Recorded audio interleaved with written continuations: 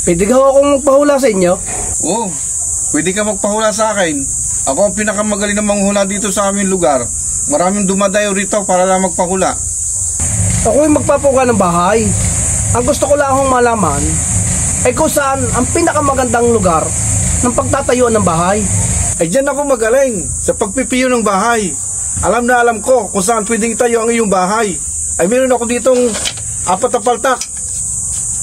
Saan naman ho gagamitin ang 4 na paltak na yan? Itong 4 na paltak ay ibaon mo. At pagkatapos ay ibalik mo sa akin.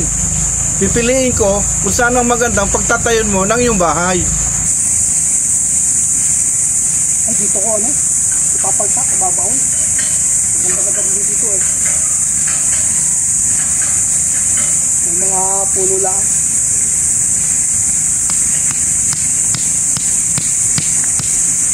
Hindi ka kaya dito magpatayo yung bahay? Hindi itagal.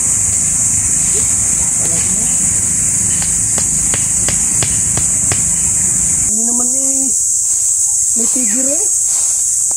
Baka may puno. Pero kung rin yung maalis, maganda rin ang pagtayo ng bahay. Lapag. Yun kaya.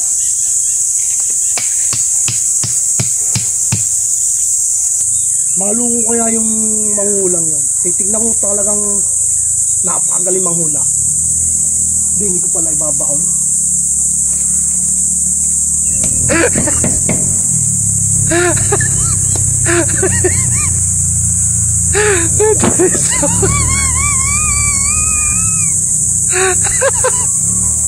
Ito sa massage.